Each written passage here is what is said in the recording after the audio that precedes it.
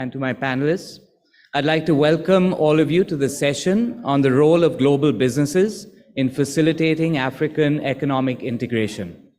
This session will highlight the need for global businesses to work on facilitating the contours of regional production networks in Africa and to assist African nations in economic integration.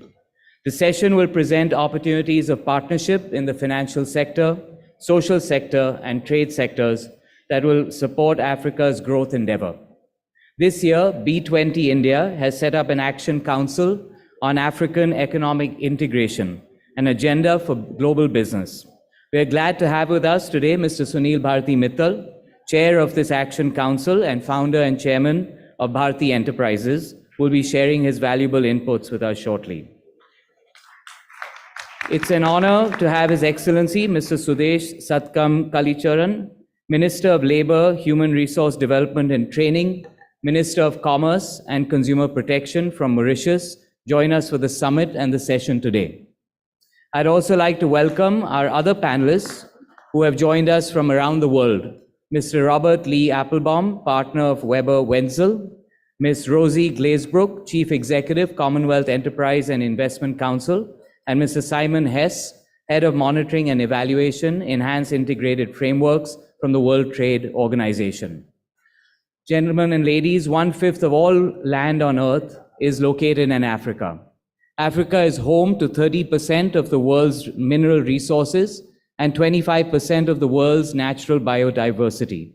Nearly half the world's gold and 1/3 of all minerals are in Africa. Africa has a young population and a strong skills base across many regions, and also offers considerable labor potential. The strategic raw materials that are essential for digitalization and green technologies are found in Africa, including batteries, minerals like cobalt, manganese, graphite, and copper. Africa's development trajectory will hinge greatly on its industrialization and technology adoption. Gaps in infrastructure, skills, energy access, and MSME capacities act as a challenge to Africa's industrialization, value addition, and income growth. At the same time, access to finance and digitalization can catalyze growth drivers such as small businesses, physical connectivity, education, and healthcare. You may be interested to know that with investments in Africa totaling over $74 billion in recent years, India has become one of the top 5 investors in the continent. We're very excited to hear from our speakers about their experiences and insights into the latest developments and future trends towards facilitating Africa's economic integration and the role that global businesses can play under this vision. I hope this session will provide a platform for meaningful discussion and collaboration. With that, I'd like to request Mr. Sunil Bharti Mittal, Founder and Chairman Bharti Enterprises and past President of CII, to give his keynote address, please. The audience may note that Mr. Mittal has another pressing engagement and will therefore not be staying with us after the address. Mr. Mittal.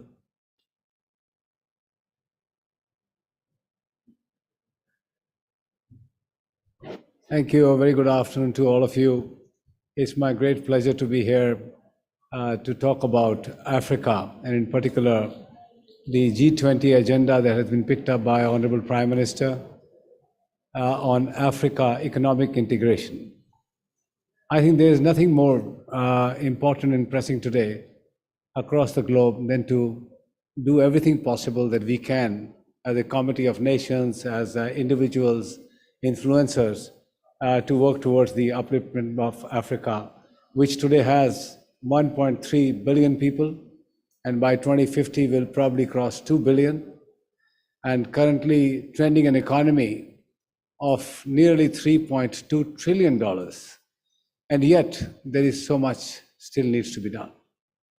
The fact that the entire African continent, consisting of 55 nations under the African Union, have less than 2% of the world's manufacturing, clearly suggests that Africa has fallen behind in the last several decades. There is a heightened awareness of what's going on in Africa, and bigger powers are now moving away just from the agenda of aid in terms of providing support to getting into real action to ensure that they can intervene with various tools at their command to create economic upliftment in the entire African continent. Every nation, when it gets a presidentship of a body like G20, wants to leave some important legacies behind. Our Prime Minister has chosen as one of the few important legacies that he wants to leave behind is the Africa economic integration. The AFCFTA, which is the EFTA on the lines of trade blocs like NAFTA and EU, is now becoming the focal point for all of us to work upon to see that more and more nations can be tied into this EFTA program so that the trade between Africa, which as we know is a very, very large continent, needs to get momentum. The fact that the entire US, the entire Europe, Japan and India, if you fit into the African continent, it'll still have more spaces to fit in more countries within it. That's the size of Africa. So we really need to see Africa with a very different lens and not sort of see Africa as a unitary, holistic, monolithic block which works efficiently and seamlessly. There are countries which are landlocked. They don't have access to oceans. They don't have access to shipping. And they have to pass through various other countries. And that is the difficult part that we see. Today, you can lift 3 or 4 jumbos every day out of Ethiopia full of flowers and roses into Amsterdam. But to move agriculture produce from one country to another is proving to be very, very difficult. So I have just come out of chairing a B20 Council on the Africa integration, economic integration.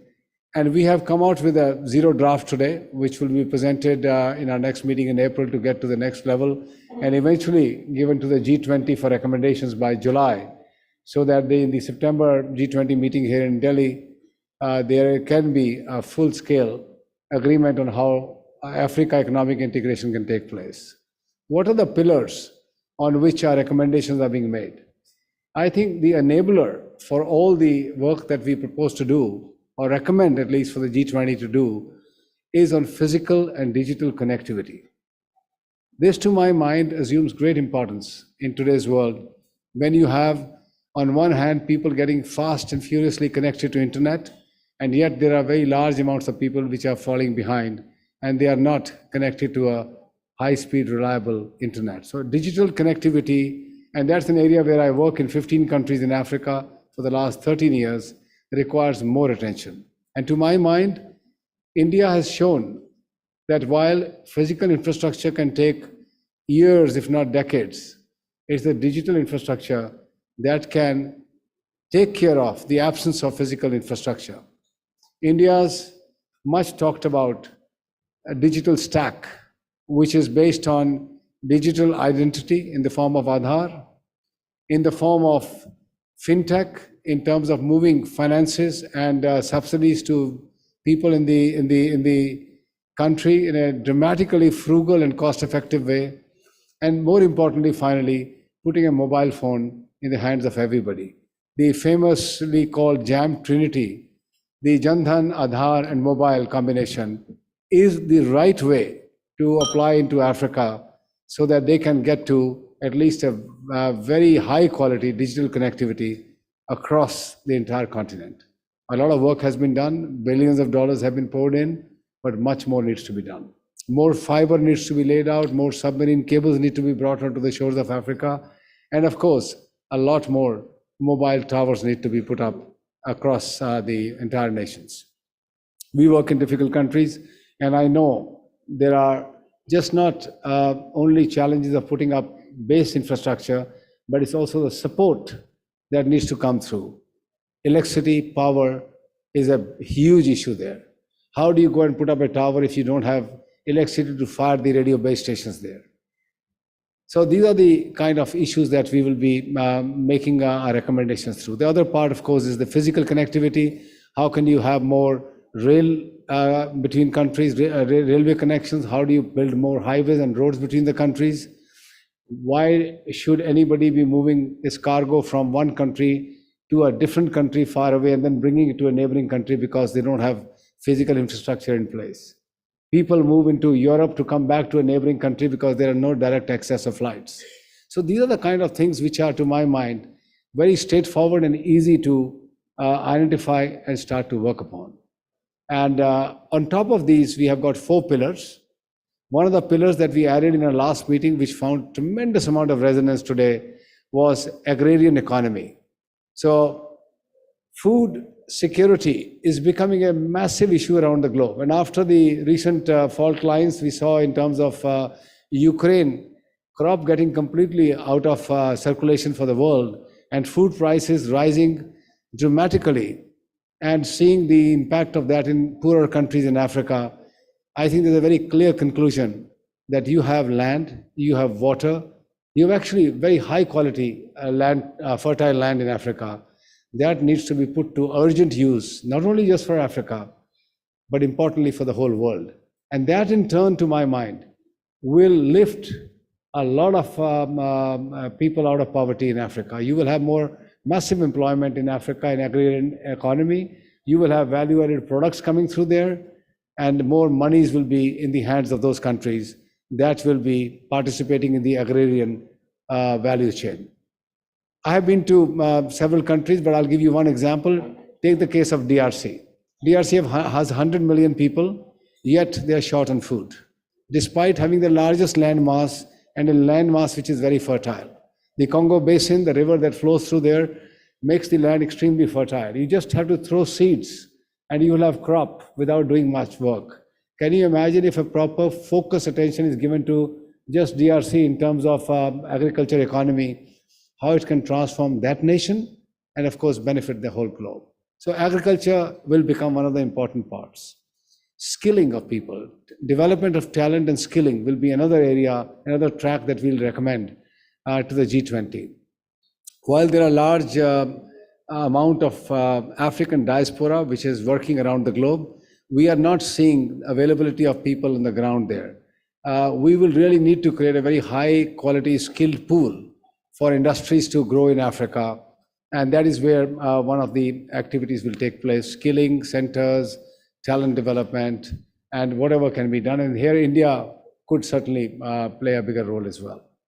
The other one is MSME and manufacturing arena, where we would like to focus our minds on to see how manufacturing can grow in Africa. We all are aware that the raw material availability in Africa is plentiful.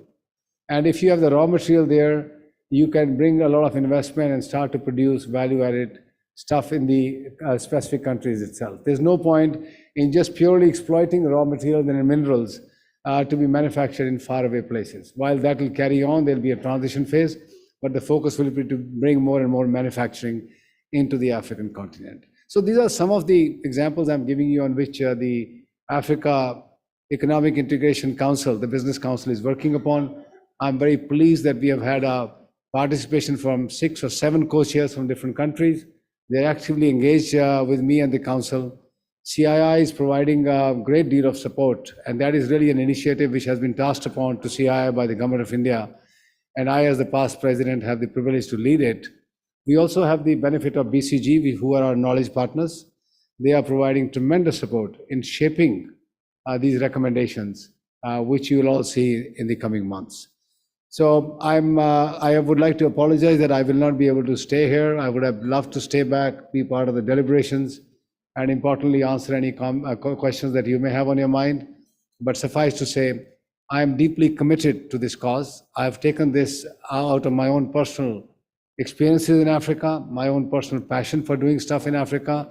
And when India has made the call to leave a strong legacy behind, its own presidentship of G20 in one area, which is Africa and Africa economic integration, I think I had volunteered myself to lead this particular task. Thank you very much, and I wish the session very well. Thank you.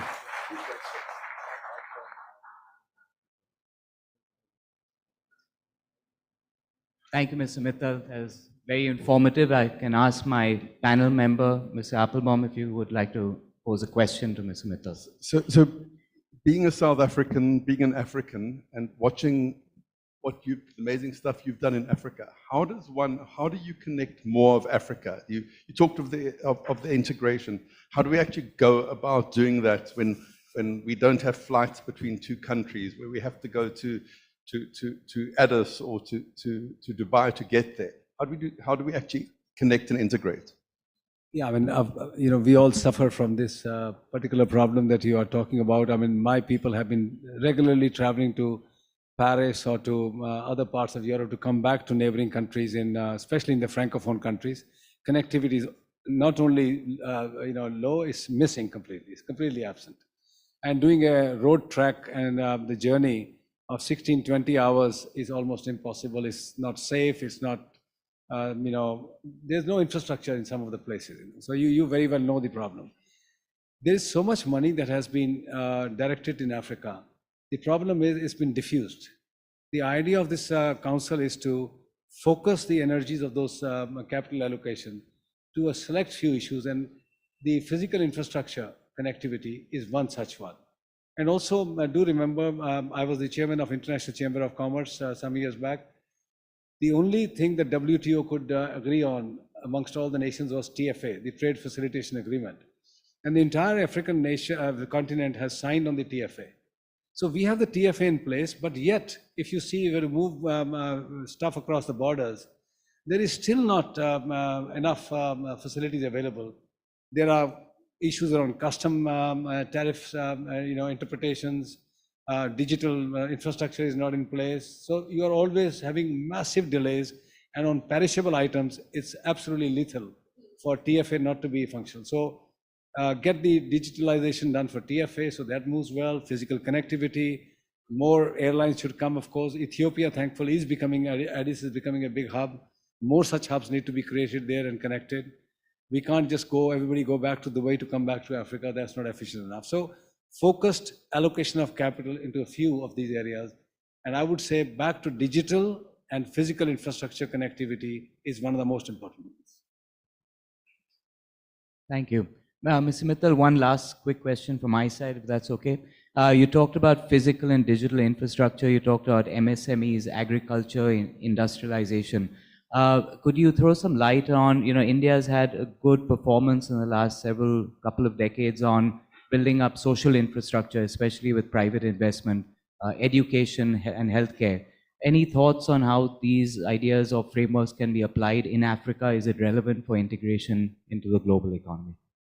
No, absolutely. I think what has become possible with the advent of digital infrastructure is absolutely amplified and showcased here in India. Why would we not just simply lift and shift a lot of these modules into Africa? In fact, we have been talking to some of the Indian companies which are in the new young startups, who are actually no more really small companies, they're big companies, to go into Africa, lift, shift. We will provide them the cover. We'll get them into those countries where we work, because there is much to be done. And I think India truly, I mean, I don't want to exaggerate, but truly has done a remarkable work in the area of skilling, education, also I would say early stages, but healthcare, through its digital interventions. The good news is most of the places in Africa, a decent 4G mobile network is available. And that can do the job. We don't have to wait for a 5G metaverse type of interventions. So I would say the answer is an emphatic yes. Indian model must be applied into Africa. It's frugal, it's low cost. We understand the payment capacities of our countries. You can't have $50 customer, but you need to have a $1 or $2 customer. And they need to be catered to, and they cannot be done by the European and US intervention. President Biden had a summit just a few weeks back in the White House, where 52 heads of states from Africa were there. There's the 50 which have been allocated. Trust me, if those $55 billion are going to be applied by the Western companies, American or European, the outcomes will be very small. Put a large part of that capital into an Indian flow-through system, and you will see the outcomes will be extremely meaningful and will spread to a much wider audience. Thank you so much. Thank you for being here. Pleasure. Thank you. Thank you so much, Mr. Mittal. With that, I would request His Excellency, Mr. Sudesh Satkam Kalicharan, Minister of Labor, Human Resource Development and Training, Minister of Commerce and Consumer Protection from Mauritius, to give his keynote address. Over to you, sir. Thank you, Co-Chair. Mr. Mittal, Chairperson, just left, sorry. Mr. Viradani, Co-Chair. Mr. Robert Lee Applebaum. Did I spell it right? Yes. Miss Rosie Glassbrook. Mr. Simon Hess. Distinguished participants, a very good afternoon to you all. Well, it is an honor for me to be amongst the speaker this afternoon to address you on this, to address this very important group of business partners and to contribute to the discussion on the role of global businesses in facilitating African economic integration. As an active member state of the African Union, which represents some 54 countries, Mauritius has always been an advocate for the advancement and development of this great continent. In fact, the African continent represents a population of more than 1.37 billion people. And according to the IMF, a gross domestic product of $2.8 trillion. Why invest in Africa? This is the question that everybody should ask themselves. Firstly, let me tell you that Africa has a young and growing population with a rapidly expanding middle class, providing large consumer market for businesses to tap into. Secondly, Africa has abundant natural resources, including minerals, oil, and gas, which can provide businesses with opportunities to invest in extractive industries. Thirdly, Africa is undergoing rapid urbanization, creating opportunities for businesses in areas such as infrastructure development, real estate, and construction. Fourthly, many African countries are implementing economic reforms and improving their business environments, making them more attractive for foreign investment. Lastly, businesses can leverage their expertise in sectors such as IT, healthcare, and agriculture to tap into the growing demand of these services in Africa. Overall, investing in Africa can provide businesses with access to a large and growing market, abundant natural resources, and opportunities in various sectors. With the right strategy and approach, investing in Africa can be profitable and, most importantly, sustainable.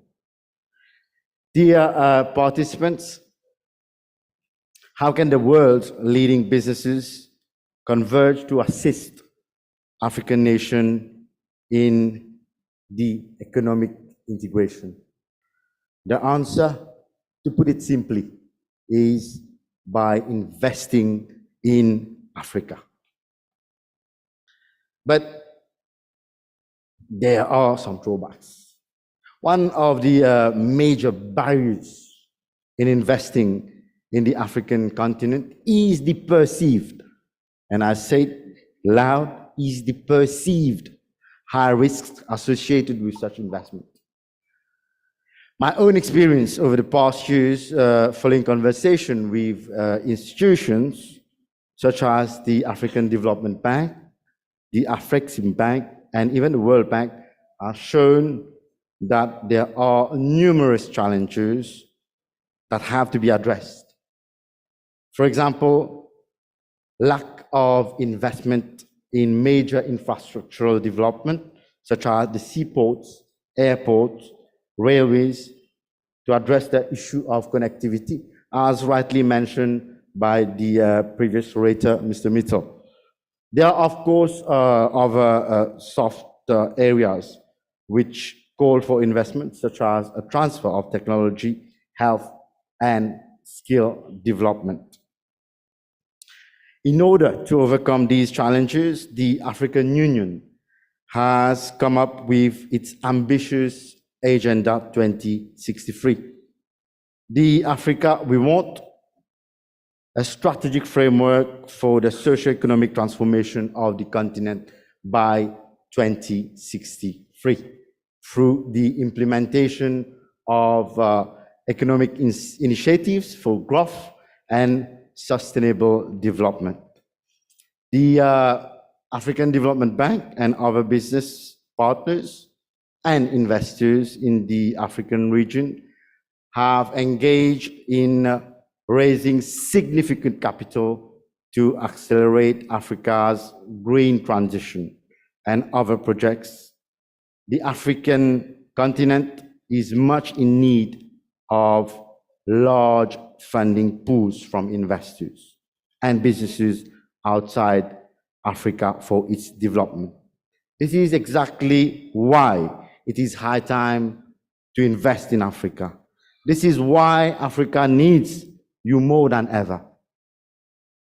Ladies and gentlemen, Mauritius, as an integral part of the African continent, wishes to position itself in facilitating the African economic integration.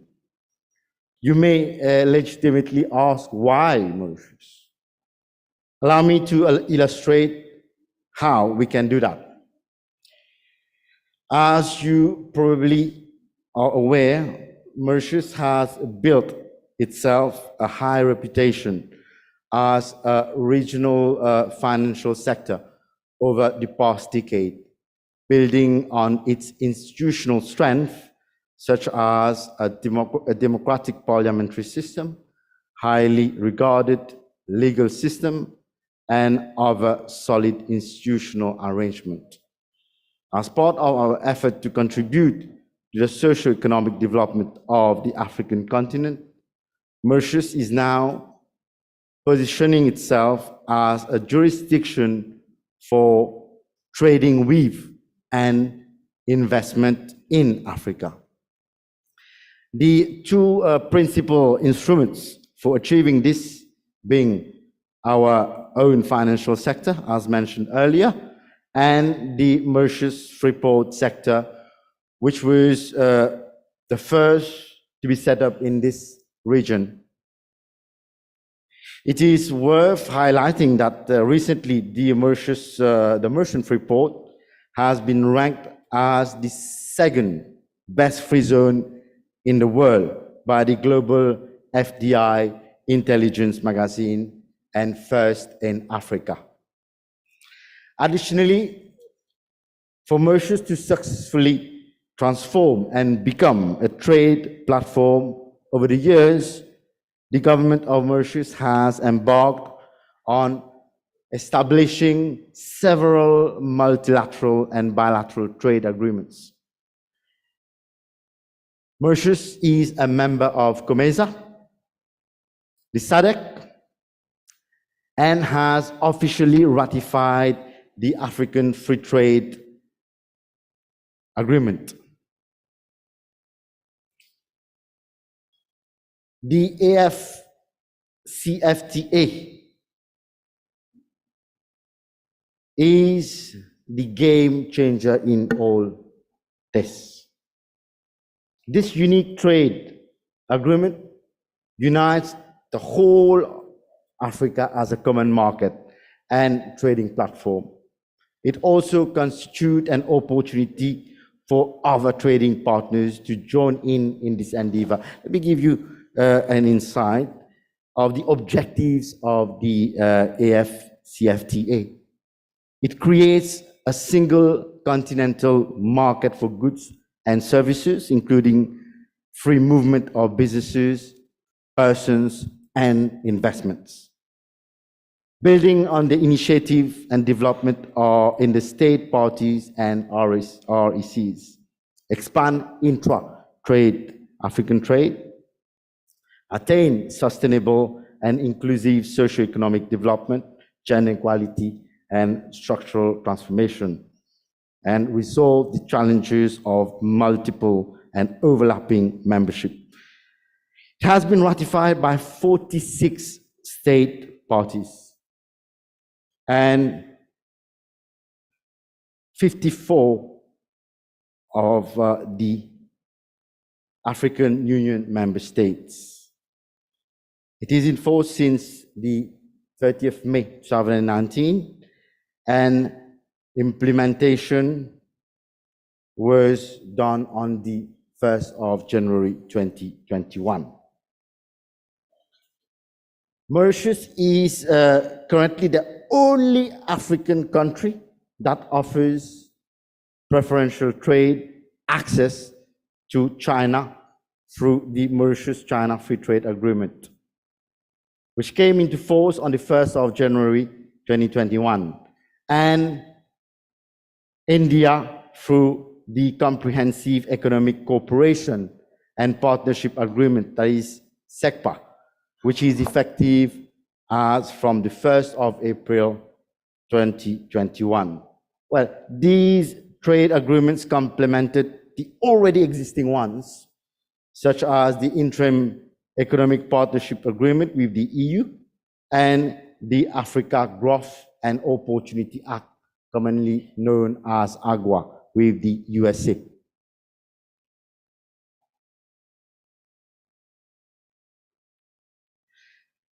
The myriad of the trade agreements in place allows preferential or free trade access to around 70% of the world market through the Mauritian jurisdiction.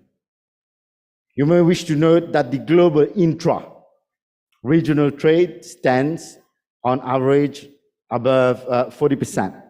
In Europe, it is close to 60%, and in Asia, the intra-regional trade stands close to 50%. However, for Africa, the intra-African trade is barely just over 12%. One of the main reasons for this mismatch is the fact that Africa remains a net exporter of primary products with very little value addition performed within the continent. This is, some may say, generally attributed to the risk profile, which is considered too high for companies to invest in Africa. As mentioned earlier, Mauritius being a safe jurisdiction and having a conducive environment for doing business has positioned itself to mitigate investment risks. It is worth mentioning that investors would also benefit from previous available under the 24 Investment Promotion and Protection Agreement and 22 Double Taxation Avoidance Agreement, which Mauritius has ratified with various African countries. The vision of the government of Mauritius is therefore to build on its own experience and support Africa on its journey up the value chain. Dear participants, to conclude, I remain confident this partnership conference will be fruitful in dissipating any apprehension for investing in Africa from Mauritius, and will help develop further collaboration opportunities that will benefit India and the African continent. I'm confident that the African continent today represents huge opportunities for entrepreneurs and businessmen to invest in an array of activities. There is no doubt that Mauritius is the ideal jurisdiction through which to structure your businesses for re-export of goods, fundraising, and investment into the African continent. In this connection, I am pleased to mention that Mauritius has been mandated by several African governments to set up special economic zones in their respective countries. We are already present in a few African countries.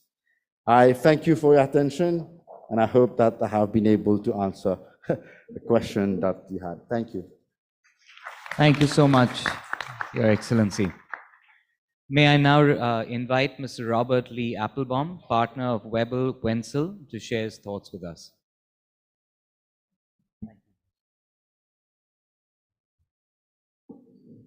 Honorable Minister, ladies and gentlemen.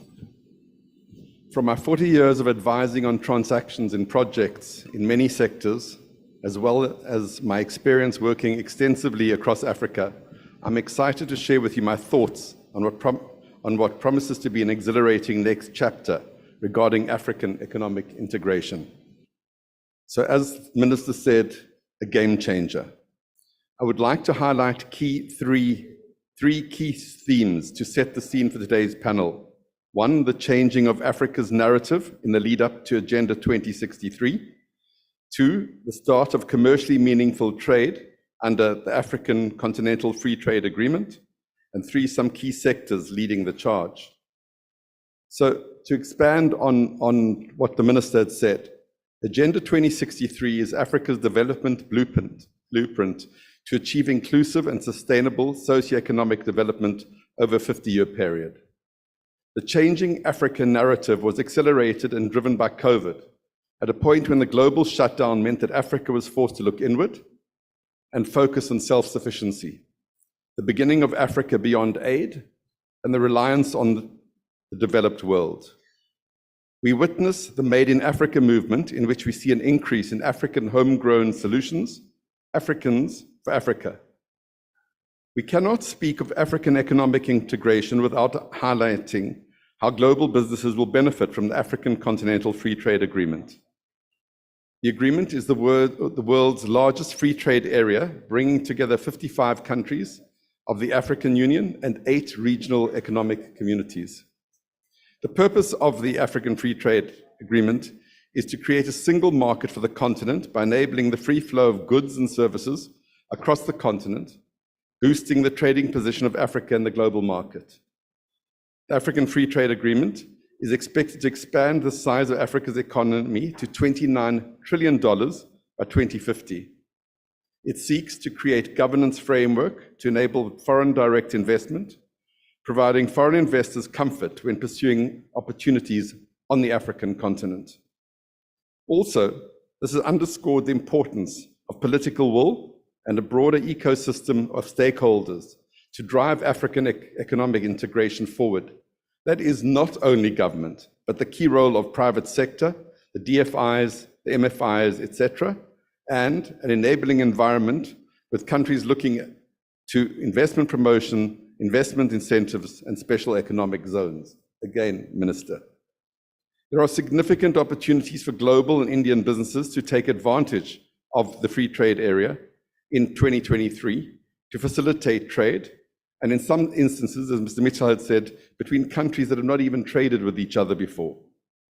Businesses are particularly encouraged to understand the offers of preferential and reduced tariff rates and eventual possibility of zero tariffs under the agreement. Harmonized standards, regulations, and customs procedures, as well as a more predictable regulatory environment, will facilitate cross-border trade, manufacturing in select hubs on the continent. In terms of the proposed free movement protocol, nationals of member states shall have the right to enter, stay, move freely, and exit the territory of another member state. With more people being able to move freely, countries will have more access to a wider labor market to bridge the capital skills gaps. Although there have been many delays in implementing the agreement, including COVID-19 pandemic, prolonged and complex negotiations, administrative issues, and the overlap with existing regional economic communities and customs, 46 of the 54 signatories have deposited their instruments of ratification. The launch of the Guided Trade Initiative, the GTI, is a significant milestone that marks the commencement of commercially meaningful trade in terms of the African Free Trade Agreement to test the operational, institutional, legal, and trade policy environment of it. Currently, 8 countries are participating in the GTI: Cameroon, Ghana, Egypt, Kenya, again Mauritius, Tanzania, Tunisia, and Rwanda. The participating countries have all met the minimum requirements to trade under the agreement. Thirdly, and finally, it's important to deal with the key sectors or value chains leading the charge. It is important to highlight a number of sectors that are leading the charge in Africa at the moment, particularly in relation to regional value, manufacturing, beneficiation, and logistics. So the first is mobility. The approach towards the promotion and manufacturing and use of electric vehicles is bullish, very bullish. Some jurisdictions have already put in place incentives to promote electric vehicle manufacturing. For example, in South Africa, the government has created an incentive scheme aimed at boosting exports of vehicles and components with a new focus on electric vehicles. In 2021, a new EV promotion policy was introduced, offering subsidies to manufacturers and buyers to drive up the supply and demand of EVs. Other countries have also introduced e-mobility incentives. Tunisia has reduced customs duties on electric vehicles and charging equipment by 10%, and VAT has been reduced to 7%. Rwanda has exempted electric cars, spare parts, batteries, and charging equipment from VAT, import, and excise duties. And Egypt has granted passenger cars with electric or dual motors a 10% discount on the value of FOB to expand importation and use of electric vehicles. And it goes on. In mining, according to the United Nations, Africa holds 30% of the world's mineral reserves, and Africa's mineral production and export trade are amongst the largest in the world. The continent is a crucial player in the global mining sector, accounting for over 50% of the world's platinum, manganese, and industrial diamond production. Driven by the clean energy transition, rising global demand for critical minerals will present opportunities for Africa, a leading global producer of cobalt, vanadium, copper, lithium, and other battery minerals. Between 2020 and 2030, the continent's revenue from copper and battery minerals is set to more than double. In healthcare, Africa, given COVID, has had to become more self-sufficient post-pandemic, and a number of vaccine manufacturing sites are being established and have been established on the continent to address the supply chain challenges. In green energy, the IEA has noticed that Africa could produce 5,000 megatons of hydrogen a year, equivalent to global total energy supply today. In the global race to develop green hydrogen, for the first time, Africa is on the starting line with developed countries. Some examples are Namibia announced a $9.4 billion green hydrogen project scheduled to enter production in 2026. The initial target is to generate 2 gigawatts of renewable energy for regional and global markets. In 2022, February, South Africa announced plans to support a pipeline of green hydrogen projects worth $17.8 billion over the next decade. Similarly, Kenya, Morocco, and Nigeria are at various stages of developing plans to integrate green hydrogen into their economy mixes. So one of the key questions posed to us panelists was what partnerships and activities will support African growth endeavor? Annually, there's a funding gap of $100 billion for infrastructural development in Africa. Requisite infrastructure like roads, ports, and energy, and my previous speakers have said this, are necessary for our industrialization drive, and public-private partnerships are key to address this gap by crowding in private sector investment into infrastructure. Positive efforts are being made to invest in African infrastructure. For example, the African Development Bank invested $1 billion to build a 1,000-kilometer road from Addis Ababa to Nairobi and Mombasa. The highway will allow Ethiopia to connect 20% of its exports to Kenya through the Mombasa port and increase trade between the two countries by 400%. The private sector is a major engine for sustainable economic growth and development, job creation, and poverty alleviation in Africa. Private sector participation in key economic areas such as agriculture, industry, and services contributes immensely to to the total GDP growth of Africa's economy. In Africa, the private sector accounts for 80% of total production, 2/3 of investment, 3/4 of credit, and employs 90% of the working age population. Finally, the role of innovation in expediting and facilitating the African growth story. Here's the major opportunity for investment into technology and sustainability in supporting economic integration across regions and value chains. Thank you very much. Thank you, Mr. Applebaum. May I invite Ms. Rosie Glazebrook, Chief Executive, Commonwealth Enterprise and Investment Council, to give her perspectives, please.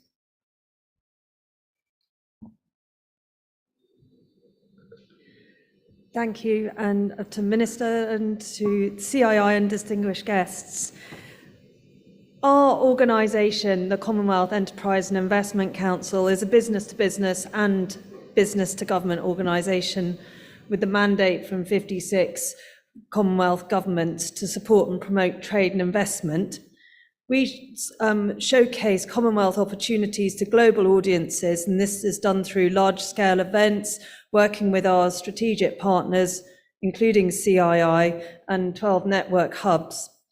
I'm going to talk for a few minutes and make some points about how the Commonwealth is a place to do business, and one of its key strengths is Africa, of which 19 states, including Nigeria, Kenya, and South Africa, are members.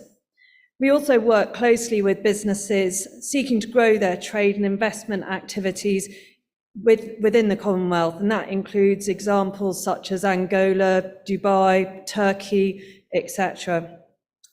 First, many people might ask, well, why the Commonwealth? And back in June 2022 in Rwanda, at the Commonwealth Business Forum, for 3 days leading up to the Commonwealth Heads of Government meeting, we convened over 1,700 business and government leaders from over 50 countries, Commonwealth and beyond, for a single endeavour to do business. We met, talk about enterprise and investment, and also the opportunities in Africa for the future. There's never been a more pressing time to utilise this asset of the Commonwealth as the world experiences significant geopolitical shifts and uncertainties in traditional markets. The Commonwealth is a thriving community of 56 countries. India joined 75 years ago, but more recently we have 2 new African members, Togo and Gabon, joining just last year. And they joined because they see the economic and business benefits of the whole Commonwealth community, which has a GDP of $13 trillion, a population of 2.5 billion, of which 1 billion are middle-class consumers. Underpinning this is the Commonwealth advantage, and this is through the shared history, familiar legal and administrative systems, language, and it is on average 21% cheaper to do business with other Commonwealth countries. And our job as the Commonwealth Enterprise and Investment Council is to bring the economic opportunities of the Commonwealth to Africa and India's doorstep. There's a market here that is ready to work and do business for mutual economic benefit. As has been mentioned just earlier, Africa is the world's fastest growing continent, with 70% of the population being under 30. We've heard a little bit already about connectivity and supporting MSMEs and helping conditions for value addition. And these are very important aspects alongside skills development and green energy. Our network and history in Africa is exceptionally strong, and 1/3 of our membership, the Commonwealth membership, is based in Africa. And we have a number of strategic partners, such as the Africa Export-Import Bank, Dangote Group, and Equity Group, who are leading on the Africa Recovery and Resilience Plan, which is creating 25 million jobs and investment of $6 billion. There are also multinational businesses who we collaborate very closely with, who operate in the region, examples being Standard Chartered, BII, Crown Agents, etc. And we have 4 network hub offices with hand-selected country directors from the local business community. What we're able to bring is connecting businesses from across the Commonwealth to new markets. And just to give some small recent examples, TPP, a digital health organisation company, is working with Gabon and Cameroon. The government of Jersey is now working with Rwanda and supporting the International Finance Centre, and there are many other examples. India is the largest African trading partner, is Nigeria, a place where we have 25 strategic partners alone. So just briefly to make a few more comments, at the Trade and Investment Summit we held in December, 2 overriding challenges became clear. The first was access to financing for infrastructure projects, and we are at a key turning point as we look ahead to the SDGs. The right financing will be critical to tackling global issues in the climate crisis, but without robust and resilient infrastructure, developing countries in Africa become more and more vulnerable to global shocks. The second area is a call for clearer regulation and standards and investment in the quality infrastructure to help foster trade through greater ease of business and bringing products to markets and consumers. And while the Commonwealth is not a formal trading bloc, it should do what it can to break down unnecessary barriers to trade and foster a more resilient recovery. The second of these calls sets the tone of how the AFCFTA can set the benchmark for future ambition in the creation of trade agreements. It's the ambition to double intra-Africa trade by 2035 and create these opportunities for MSMEs and lift 100 million Africans out of extreme and moderate poverty. Its focus is to achieve this through the next generation, empowering them to see trade as regional, not national. So how can we help? Of course, one way is the Commonwealth advantage that I've already mentioned, which is key to sustainable economic growth. And the other way is through the strength of the people, through meetings, through our networks, and there are unparalleled opportunities for knowledge sharing and creating business-to-business connections, such as the event today. Partnerships between governments and businesses will be critical for the success as we move ahead to the SDGs. As we look ahead to the Commonwealth Heads of Government meeting in 2024, the key conversations will be around how we can contribute to the green agenda and also the finance for infrastructure projects I've mentioned already. We're very fortunate to have a vibrant partnership with CII, and for the last 10 years have worked together very closely to represent India's business voice across the Commonwealth. And we're honoured to host a round table in London recently where we brought some Indian leading business leaders and African partners together. And that's a great example of how we facilitate business integration. Thank you very much indeed.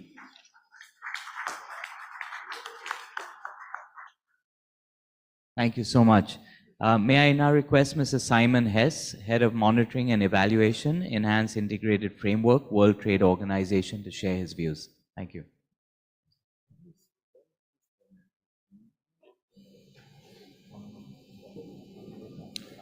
Good afternoon, Your Excellency, Chair, Co-Chair, distinguished colleagues. I'd like to first of all express my thanks to the organizers of this summit for the excellent organization and indeed the very kind invitation to participate and share a few thoughts around this growing topic of African economic integration. First of all, let me tell you a little bit about myself. I was born on the border of the Kingdom of Lesotho.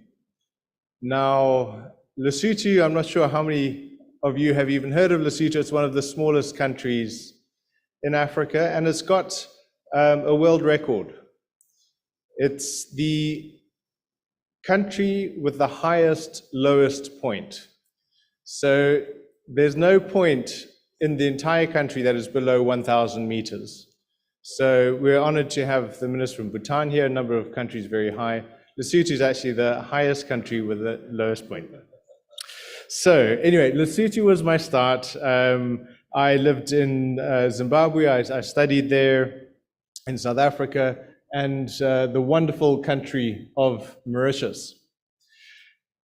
Over my time, I've been extremely pleased to see the increasing linkages and trade opportunities that have grown between these and many countries. The Honourable Minister mentioned Mauritius's participation in some regional integration initiatives like SADC. We've got COMESA, originally the Indian Ocean Commission, the tripartite agreement more recently as well.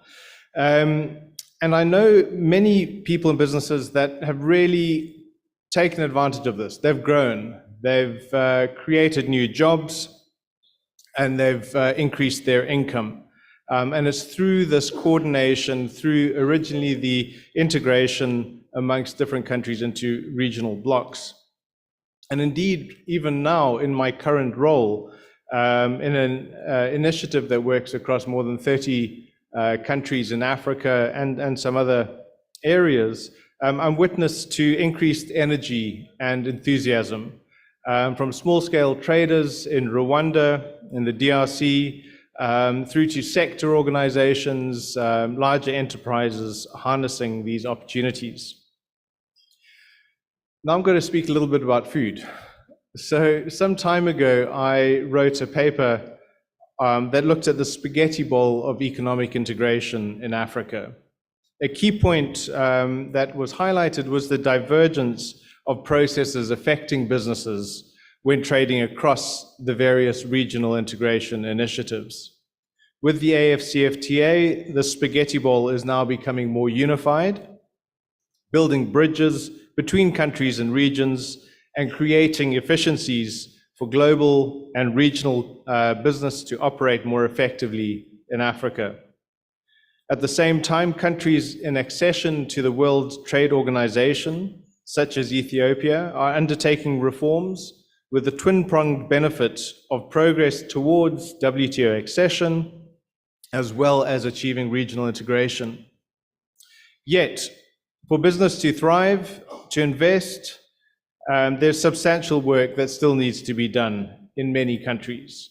In the initiative that I work in, the EIF, based at the WTO and working with institutions such as the World Bank, UNDP, donors, and of course the many countries that we work in, we've seen there's a particular need to focus on two areas. One is institutions and policy, and building conducive environments, continuing to improve these environments.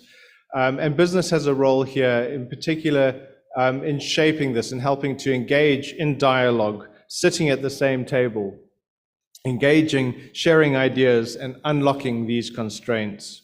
Secondly, and importantly, we're hearing a lot about this today, is building the productive capacity, and particularly in countries like the least developed countries, to harness these opportunities through expanded regional and global markets. For regional integration to succeed, indeed for global trade to succeed, we need to cultivate win-win opportunities and ensure that benefits flow to all. That is to say, and being in line with one of the key themes here, is we need to be inclusive. And linking to another theme, this comes together in partnership. And this is where business, government, civil society, and development partners come together. We need to ensure that we maximize synergies, that the voice of business is heard in policy decisions, and also that mechanisms exist that are generating opportunities for business to invest more in building productive capacity and harnessing these markets. So, what are some of the practical steps that business that you can do? One is to work with some of these key areas that have come up as binding constraints. In a discussion that I was with shortly before this event, the topic of risk came up. Indeed, even earlier we heard the Honourable Minister about risk and perceptions of risk. What can we do to reduce risk together? How can we work, say, together with development partners, multilateral institutions, and others to help to de-risk areas where possible? Secondly, you can start small. There are very useful ways to engage with lower risk. In particular, there's a key role that you can play as a business to help navigate quality, standards, technology, and by technology, not even high tech. Sometimes it's just a new way of engaging in processes or knowledge about markets. Also, in the discussion, we heard that, and indeed today, we're hearing that Africa has a lot of market access to India, market access globally. Most goods can be traded with very low duties from Africa. However, the issue is penetrating those markets. And you, as businesses here in India and elsewhere, can play a key role in helping to unlock that. The market access is there, however, it's unlocking it, and it's through the knowledge and partnerships of you as businesses that this will happen. Thirdly, we've heard earlier about investment, both regular investment, impact investment, and also philanthropic investment into building productive capacity. In Ethiopia, we've been working on a honey production and export project that has been scaled up now significantly by the MasterCard Foundation. So this is where there's been philanthropic investment.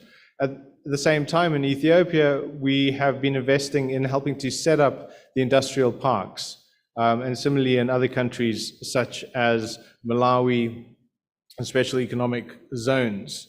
And these are areas where you have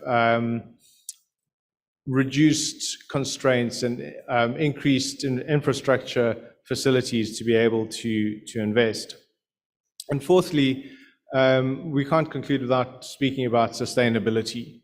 And this is another key theme. And for business now, there are increasing opportunities to invest in green investment and green trade.